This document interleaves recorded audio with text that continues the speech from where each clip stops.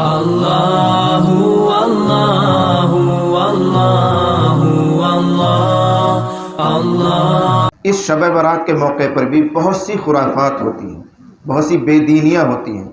دیکھنے میں وہ شاندار عمل ہوتا ہے، لیکن اگر وہ قرآن اور حدیث سے ثابت نہیں ہے تو اس کو دین سمجھ کر کرنا گمراہی۔ میں آپ کو ذرا سا خلاصہ سناؤں 5-7 منٹ میں۔ حضرت نبی کریم صلی اللہ علیہ وسلم اپنی حیات مبارکہ میں اسی شب برات میں، یعنی 15ویں جو رات آ رہی ہے شعبان کی، اس 15ویں شب میں اپنی سب سے پیاری بیوی حضرت عائشہ رضی اللہ عنہا کے بستر میں آرام فرما رہے ہیں۔ رات کو اچانک آپ اٹھے، بستر سے نکلے، اور آپ نے اتنا خیال فرمایا کہ حضرت عائشہ رضی اللہ عنہا کی آنکھ نہ کھلے۔ یہ ہے دین، ورنہ تو آپ حضرت عائشہ کو بیدار کرتے، اٹھو شب برات ہے، لمبی لمبی نفلیں پڑھو، تلاوت کا اہتمام کرو، لیکن نہیں، آپ خود بستر سے نکل رہے ہیں اور اس طرح سے کہ حضرت عائشہ رضی اللہ عنہا کی آنکھ نہ کھلے، ان کی نیند خراب نہ ہو۔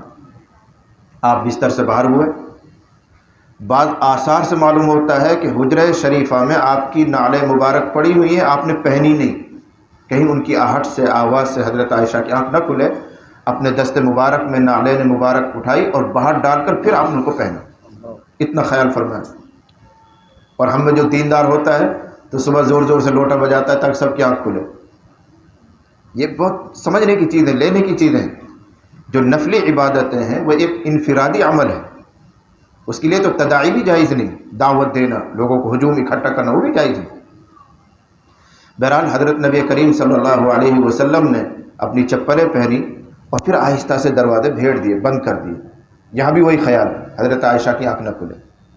لیکن بہرحال وہ کیا کہنا ہے ان کی بھی وفاداری کا، کہ جیسے ہی حضور علیہ الصلوۃ والسلام بستر سے نکلے تو حضرت عائشہ کی آنکھ کھل گئی، اور انہوں نے سب کچھ محسوس کیا کہ حضور جا رہے ہیں، چپل پہن رہے ہیں، اب دروازہ بند کیا گیا۔ ان کے دل میں یہ خیال آیا، شیطان نے یہ وسوسہ ڈالا کہ شاید نبی کریم صلی اللہ علیہ وسلم مجھے چھوڑ کر اپنی کسی اور اہلیہ، اپنی کسی اور بیوی کے ہاں تشریف لے جا رہے ہیں۔ سوکن سوکن ہوتی ہے، چاہے وہ کوئی بھی ہو، تو ان کو یہ وسوسہ، یہ وہم آیا۔ انہوں نے بھی بستر سے باہر نکلنے کا ارادہ کیا، باہر نکلی، پھر اپنا دروازہ کھولا اور حضور کی نگرانی شروع کی، حضور علیہ الصلوۃ والسلام کہاں تشریف لے جا رہے ہیں۔ اب حضور گئے جنت البقیع میں تشریف لے گئے، اور جنت البقیع میں جا کر آپ نے دیر تک آسمان کی طرف ہاتھ اٹھایا، دعائیں فرمائی۔ پھر واپس جب آنے لگے تو حضرت عائشہ رضی اللہ عنہا نے دیکھا کہ حضور واپس آ رہے ہیں، تو دوڑ کر واپس اپنے بستر میں، کہ حضور کو اندازہ نہ ہو، لیٹ گئی۔ نبی علیہ الصلوۃ والسلام واپس اپنے حجرے مبارکہ میں تشریف لائے اور بہت آہستہ سے دروازہ کھولا، وہی خیال کہ نبی علیہ الصلوۃ والسلام حضرت عائشہ کی نیند خراب نہ ہو جائے۔ پھر آہستہ سے اندر گھسے، دروازہ بند کیا، بستر میں لیٹے تو وہاں حضرت عائشہ کا سانس تیز چل رہا تھا، اس لیے وہ دوڑ کر آئی تھی، دل کود رہا تھا۔ حضور سمجھ گئے، فرمایا کیا ہوا عائشہ، کیا تمہیں اس بات کا اندیشہ ہوا کہ اللہ اس کا رسول تمہارے ساتھ خیانت کریں گے؟ اللہ اس کا رسول تمہارے ساتھ خیانت کریں گے، تمہیں اس کا اندیشہ ہو؟ انہوں نے بھی حقیقت واضح کر دی، انہوں نے کہا اللہ کے نبی، میرے دل میں یہ وسوسہ آیا تھا کہ شاید آپ مجھے چھوڑ کر اپنی کسی اور اہلیہ کے ہاں تشریف لے گئے۔ یہ ایک واقعہ ہے، پس منظر۔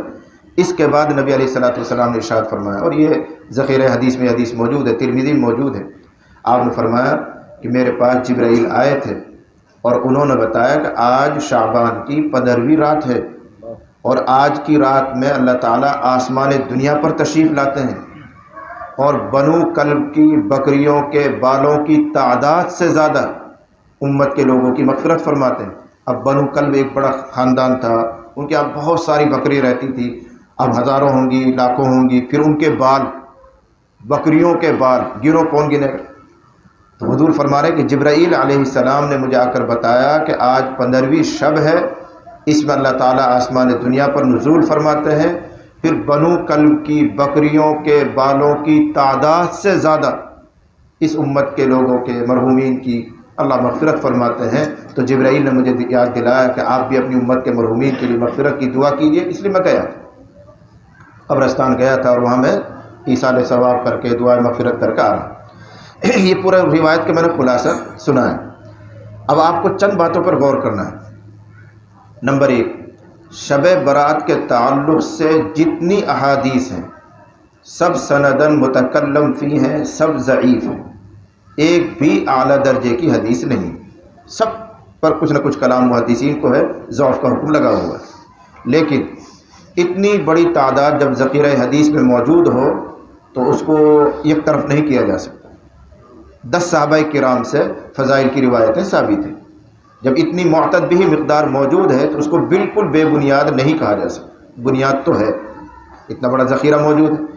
اب ساری روایتوں کو جب اکٹھا کرتے ہیں تو تمام روایات سے صرف 3 اعمال شب قدر کے تعلق سے معلوم ہوتے ہیں، وہی ہمیں کرنے چاہیے۔ اس سے زائد جو کچھ ہم کرتے ہیں وہ سب خرافات ہیں، وہ دین میں ثابت نہیں ہے، وہ بے دینی کی باتیں ہیں۔ 3 باتیں کیا ہیں؟ نمبر 1، 15ویں شب میں اپنے لیے، مرحومین کے لیے دعائے مغفرت کا اہتمام۔ یہ ساری حدیثوں کو جب کھنگالیں گے ایک عمل یہ ثابت ہوگا، اپنے لیے، اپنے مرحومین کے لیے دعائے مغفرت کا اہتمام۔ اس کے لیے قبرستان جانا کوئی ضروری نہیں، آپ جائیں تو ٹھیک، نہ جائیں تو کوئی حرج نہیں۔ کیوں؟ حضرت نبی کریم صلی اللہ علیہ وسلم اپنی حیات مبارکہ میں صرف ایک مرتبہ جنت البقیع اس رات میں تشریف لے گئے۔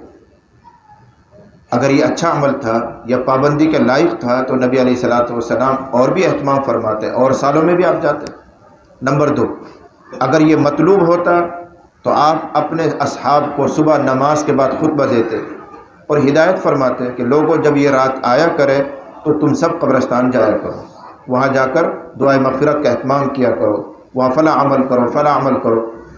اللہ جزائے خیر دے حضرت عائشہ رضی اللہ عنہا کو کہ انہوں نے یہ سراغ لگا لیا کہ اس رات میں حضور کہاں تشریف لے گئے۔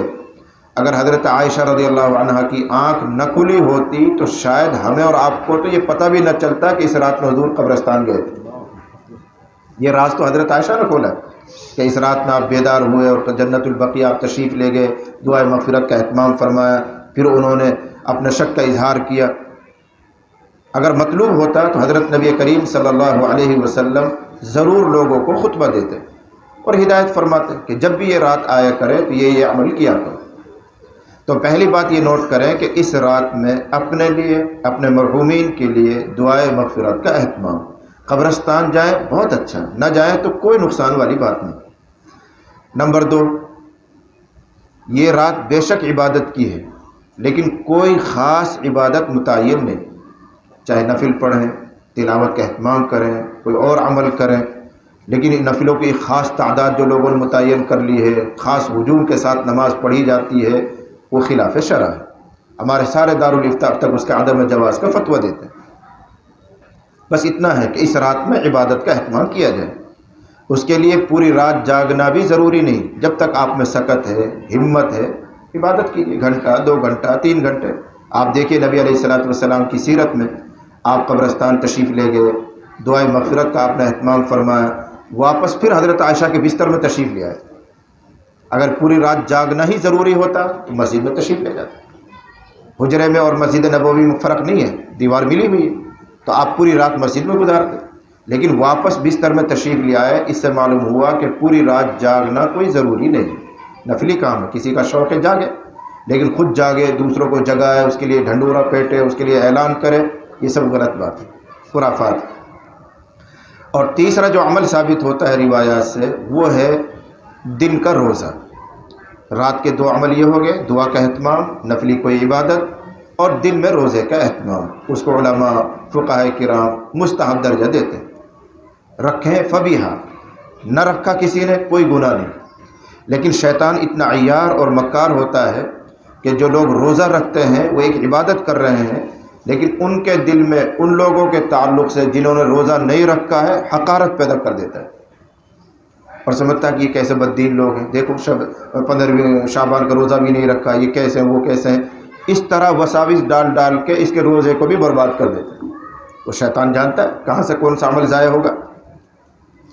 اس لیے اچھی طرح یاد رکھیں کہ ہماری دین کی جو بنیاد ہے وہ صرف نقل پر ہے، عقل پر نہیں۔ عقلاً بہت سے کام اچھے لگیں گے، لیکن اگر قرآن اور حدیث سے، نبی علیہ الصلوۃ والسلام کی سیرت سے وہ عمل ثابت نہیں ہے تو وہ لائق حجت نہیں ہے، لائق عمل نہیں ہے. ہمارے لیے حجت وہی ہے جو نبی کریم صلی اللہ علیہ وسلم سے اور حضرات صحابہ کرام سے، وہی ہمارے لیے نمونہ ہے، وہی ہمارے لیے نشان راہ ہے. اس کے علاوہ تو بہت سی راہیں نبی علیہ الصلوۃ والسلام خود ارشاد فرما چکے ہیں کہ سیدھی راہ وہ ہے جس پر میں اور میرے صحابہ ہیں، ما انا علیہ و اصحابی، جس پر میں ہوں اور میرے ساتھی ہیں. اس کے علاوہ مختلف راستے ہیں، پگڈنڈیاں ہیں، چھوٹے چھوٹے اور بھی راستے ہیں، یہ سب گمراہی میں لے جانے والے ہیں، یہ سب گمراہی کے راستے ہیں. اس لیے اچھی طرح نوٹ کر لیجئے کہ شب برات آ رہی ہے تو بہت سی خرافات ہوتی ہیں، عورتوں میں بھی ہوتی ہیں، مردوں میں بھی ہوتی ہیں، اور بہت سی چیزیں ایسی جو دیکھنے سے تعلق رکھتی ہیں. ہم نے اپنے بچپن سے بہت سی چیزوں کو دیکھا ہے تو کرنا شروع کر دیا، تحقیق کسی نے نہیں کی ہے. اس لیے صرف یہی عمل ہے کہ رات میں آپ اپنے لیے، اپنے مرحومین کے لیے دعائے مغفرت کا اہتمام کریں، نفلی کوئی بھی عبادت کریں، اس کے لیے پوری رات جاگنا بھی ضروری نہیں، اور دن میں روزہ رکھ لیں اگر آپ کی طبیعت گوارہ کرتی ہے، آپ کا شوق ہے، ثواب کمانا ہے، کیجیے. بلکہ اس کے مقابلے میں کچھ اور چیزیں لینے کی ہیں، وہ چیزیں ہمیں دھیان نہیں رہتی. مثلا روایت میں آتا ہے کہ اس شب میں اللہ تعالیٰ تمام گنہگاروں کی بخشش فرماتا ہے، مگر 7 قسم کے گنہگار ایسے ہیں جو اس رات میں بھی محروم رہ جاتے ہیں. یہ ہے لینے کی چیز کہ خدا نخواستہ ہم ان گناہوں کے مرتکب تو نہیں، ہم تو ان 7 میں سے نہیں. یہ ہے ڈرنے کی چیز. آپ نے ارشاد فرمایا کہ سارے گناہ گاروں کی مغفرت کی جاتی ہے الا لمشرک، مگر مشرک جو شرک کرتا ہو اللہ کی ذات میں، اللہ کی صفات میں، اس کی مغفرت نہیں ہوتی. نمبر 2، والدین کا نافرمان. کتنی اہم چیز ہے. اگر کوئی آدمی پوری رات تہجد میں گزار رہا ہے، یہی شب برات جو آ رہی ہے، تلاوت میں گزار رہا ہے، دعا میں گزار رہا ہے، قبرستان گیا ہوا ہے، لیکن ماں ناراض ہے، باپ کا دل دکھی ہے، تو نبی ارشاد فرما رہے ہیں جہاں سب لوگوں کی مغفرت کا اعلان ہو رہا ہوگا، یہ محروم القسمت رہے گا جس کے ماں باپ اس سے ناراض ہیں. اس کو کسی نے نہیں لیا کہ اس رات میں ہم اپنے باپ کو خوش کر لیں، اپنی ماں کو راضی کر لیں. آج تک بہت دل دکھایا ہے، معافی کر لیں. اگر ماں دعا دے دے گی تو آپ کو پوری رات جاگنے کی بھی ضرورت نہیں، ماں کی دعا سے کام بن جائے گا، مغفرت ہو جائے گی. لیکن ادھر پوری رات بھی جاگ رہے ہیں، عبادت کا اہتمام بھی کر رہے ہیں، تلاوت بھی کر رہے ہیں، ماں دکھے دل بیٹھی ہوئی ہے، باپ ناراض بیٹھا ہوا ہے. بڑا اہم مسئلہ ہے والدین کی نافرمانی کی، یاد رکھ لینا. اور آج کل یہ معاشرے میں خرابی بڑھتی جا رہی ہے. ایک موقع پر نبی علیہ الصلوۃ والسلام نے ارشاد فرمایا، الا انبئکم باکبر الکبائر، کیا میں تم کو بڑے بڑے گناہ نہ بتاؤں؟ بڑے تو بہت ہیں، ان میں بھی جو بڑے ہیں وہ نہ بتاؤں؟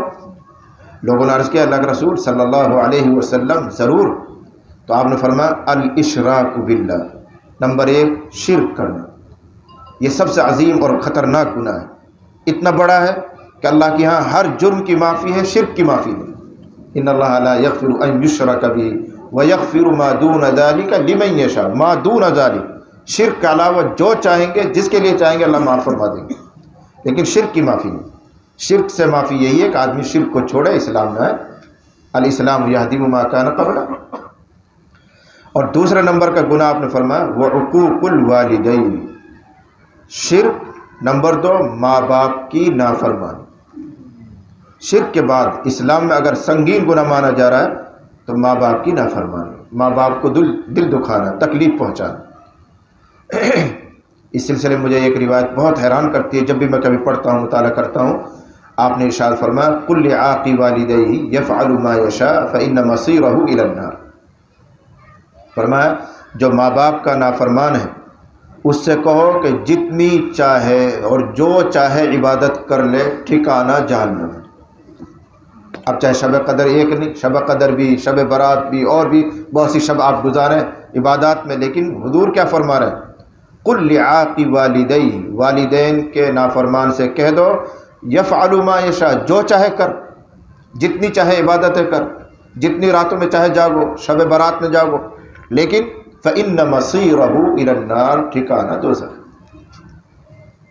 ایک موقع پر نبی علیہ الصلوۃ والسلام نے صحابہ کے درمیان میں خطبہ دیا اور تو یہ جملہ ارشاد فرمایا کہ جو تم میں سے اس حال میں صبح کرتا ہے کہ وہ اللہ کی اطاعت کرتا ہے اپنے ماں باپ کے حق میں، من اصبح منکم مطیعا للہ فی والدیہ، جس نے صبح کی اس حال میں کہ کہ وہ اللہ کی مان رہا ہے ماں باپ کے تعلق سے، یعنی ماں باپ اس کے خوش ہیں، ان کی اطاعت کرتا ہے، تو کیا فرمایا گیا؟ اصبح له بابان مفتوحان من الجنہ، تو صبح سے شام تک جنت کے 2 دروازے اس کے لیے کھل جاتے ہیں. ماں اور باپ 2 ہیں تو 2 دروازے کھل جاتے ہیں، اور اگر ان میں سے کوئی ایک زندہ ہے اور وہ خوش ہے تو ایک دروازہ کھلتا ہے. یعنی اگر اس دن وہ بچہ، وہ بیٹا، وہ بیٹی دنیا سے رخصت ہو، جنت اس کا استقبال میں ہے، دروازہ کھلا ہوا ہے، مفتوح. اسی طرح شام کے بارے میں فرمایا کہ اگر شام کرتا ہے اس حال میں کہ اس کے ماں باپ کی وہ اطاعت کرتا ہے تو شام کو 2 دروازے کھلتے ہیں. یہ تو ہوا ماننے والے کا انجام.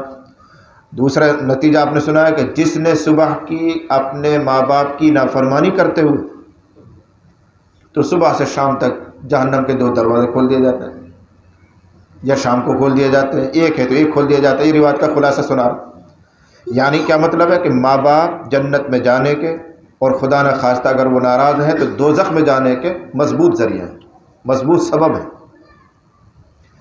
جب یہ خطبہ آپ نے ارشاد فرمایا تو ایک صاحب کھڑے ہوئے، ایک صحابی کھڑے ہوئے. ان کا اللہ کے نبی، آپ اتنے سخت جملے فرما رہے ہیں، اتنی سخت بات آپ نے ارشاد فرمائی ہے کہ اگر ماں باپ ناراض ہیں تو صبح سے شام تک جہنم کے 2 دروازے اس کے لیے کھول دیے جاتے ہیں. وَإِن ظَلَمَاهُ، اگرچہ ماں باپ اس پر ظلم کر رہے ہوں، ماں باپ اس کے ساتھ ناانصافی کرتے ہوں. بعض بچوں کو شکایت رہتی ہے کہ ہمارا ابا ہمارے ساتھ انصاف نہیں کرتے، دوسرے بھائی کو اتنا کر رہے ہیں، اس کو یوں کر رہے ہیں، گھر کے حالات ہوتے ہیں. تو وہی بات انہوں نے کہی، وَإِن ظَلَمَاهُ، اگرچہ باپ یا ماں ان پر ظلم کرے. انہوں نے ایک مرتبہ کہا ہوگا، حضرت نبی کریم صلی اللہ علیہ وسلم نے 3 مرتبہ دہرایا، وَإِن ظَلَمَاهُ وَإِن ظَلَمَاهُ وَإِن ظَلَمَاهُ، اگرچہ ماں باپ اس پر ظلم کریں، اگرچہ ماں باپ سراسر ناانصافی کریں، چاہے ظلم کریں، بار بار لوٹائیں، تب بھی اولاد کو یہ حق نہیں ہے کہ وہ ماں باپ کی نافرمانی کرے. یہ اہم مسائل ہیں. اور تیسرا وہ ہے 3 بڑے گناہ جو حضور نے گنوایا، شہادت زور، جھوٹی گواہی دینا. تو اصل مضمون یہ چل رہا ہے کہ شب برات میں اللہ تعالیٰ بڑے بڑے گنہگاروں کو بخشتے ہیں، معاف فرماتے ہیں. بنو کلب کی بکریوں کے بالوں سے زیادہ تعداد میں مغفرتیں ہوتی ہیں، لیکن 7 قسم کے لوگ ایسے ہیں جو اس رات میں بھی محروم رہ جاتے ہیں. ان میں سے ایک مشرک، نمبر 2 ماں باپ کا نافرمان، نمبر 3 کینہ پرور، دل میں کسی کی دشمنی چھپا کر رکھتا ہے، درگزر نہیں کرتا، موقع کی تلاش میں ہوتا ہے، کب انتقام لو، کب بدلہ نکالو، دل میں حسد اور کینہ اور بغض ٹھک ٹھک کے بھر رکھا ہے. یہ شخص بھی ان میں سے ہے جس کی مغفرت معلق کر دی جاتی ہے، روک دی جاتی ہے. اور چوتھا آدمی شرابی، شراب کا عادی، جو جس کو عادت پڑ گئی ہے، شراب پیتا رہتا ہے اور توبہ نہیں کر رہا ہے. اب اگر وہ ایک رات اس کی زندگی میں آ رہی ہے شب برات اور اس میں خوب عبادتیں کرتا ہے لیکن شراب سے توبہ نہیں کرتا، عزم مسمم نہیں کرتا، وہ بھی محروم رہ جاتا ہے. قاتل، قتل کرنے والا، کسی کا خون اس نے کیا ہو. نمبر 6 پر ہے جس کو ہم بہت معمولی گناہ سمجھتے ہیں اور اکثر لوگ اس میں مبتلا ہوتے ہیں، مسبل، ٹخنے سے نیچے لنگی اور پائجامے کو لٹکانے والا. امت میں کتنا عام ہے یہ گناہ، لوگوں کو اہمیت ہی نہیں. حالانکہ حضرت نبی کریم صلی اللہ علیہ وسلم ارشاد فرما رہے ہیں اس شب میں، اس رات میں بہت کچھ معاف ہو رہا ہے، لیکن جو بندہ اس گناہ کا مرتکب ہے کہ وہ اپنے پائجامے کو، اپنی لنگی کو یا جو پینٹ پہنتا ہو ٹخنے سے نیچے لٹکائے تو اس کی مغفرت نہیں کی جائے. بلکہ ایک اور حدیث میں تو اور سخت بات آئی ہوئی، نبی کریم صلی اللہ علیہ وسلم نے ارشاد فرمایا ثلاثۃ لا یکلمہم اللہ یوم القیامۃ ولا یزکیہم ولا ينظر الیہم ولہم عذاب علیم. بالکل اس طرح کے جملے جیسے قرآن میں آئے ہوئے ہیں. کیا فرما رہے کہ 3 قسم کے لوگ ایسے ہیں جن سے کل قیامت میں اللہ بات کرنا بھی نہیں چاہے. لا یکلمہم اللہ، اللہ ان کی طرف نظر رحمت سے نہیں دیکھے گا، اللہ ان کا تزکیہ نہیں فرمائے گا، بلکہ ان کے لیے عذاب علیم یعنی جہنم کا عذاب طے ہے، اس میں جانا ہے ان کو. کون کون؟ اب گنوایا. نمبر 1 المنان، احسان جتانے والا. کسی پر کوئی آپ نے ہمدردی کی ہے، کوئی احسان کیا، کسی موقع پر آپ نے کوئی کام چلایا اور پھر احسان جتا دیا، تو یہ وہ شخص ہے جس سے اللہ اتنے ناراض ہو رہے ہیں کہ بات بھی کرنا نہیں چاہیں گے، دیکھنا بھی نہیں چاہیں گے۔ المنان، اس میں سے ایک شخص وہی المسبل، ٹخنا سے نیچے لنگی اور پائجامہ پینٹ کو لٹکانے والا، اور تیسرا شخص وہ ہے جو اپنے سامان کو تاجر آدمی ہے، اپنے سامان کو جھوٹی قسموں سے بیچتا ہے، بے جا تعریف کرتا ہے، جھوٹی تعریف کرتا ہے، قسمیں کھاتا ہے اور جھوٹ بول بول کے اپنے سامان بیچ دیتا ہے، تو یہ وہ شخص بھی محروم ہے۔ اور ساتواں آدمی جو اس شب میں محروم رہتا ہے وہ چغل خور، چغلی کرنے والا، ادھر کی بات ادھر پہنچائی، ادھر کی بات ادھر پہنچائی، نیت ہے آپس میں جھگڑا کرا دینا، فساد کرا دینا، یہ چغل خور، عربی میں اردو میں اس کو چغلی کرنا کہتے ہیں، اردو اور اگر اعلیٰ یعنی اردو میں جائیں گے چغلی کھانا کہتے ہیں اس کو، لیکن ہمارا تو محاورہ یہی ہے چغلی کرنا، چغلی کرنا، تو ادھر کی بات ادھر اور ادھر کی بات ادھر نقل کی علی وجہ الافساد، فساد پھیلانے کے لیے، جھگڑے کرانے کے لیے، دوریاں ڈالنے کے لیے، تو یہ چغلی یہ عمل ہے، یہ بھی کبیرہ گناہ ہے۔ یہ چیزیں لینے کی ہیں کہ دیکھو کتنا بدبخت ہے وہ انسان جو اس مغفرت کی رات میں بھی محروم رہ جاتا ہے، اور وہ 7 قسم کے لوگ ہیں۔ اللہ میری بھی آپ کی بھی ان 7 قسموں میں ہونے سے حفاظت فرمائے۔ تو بات یہاں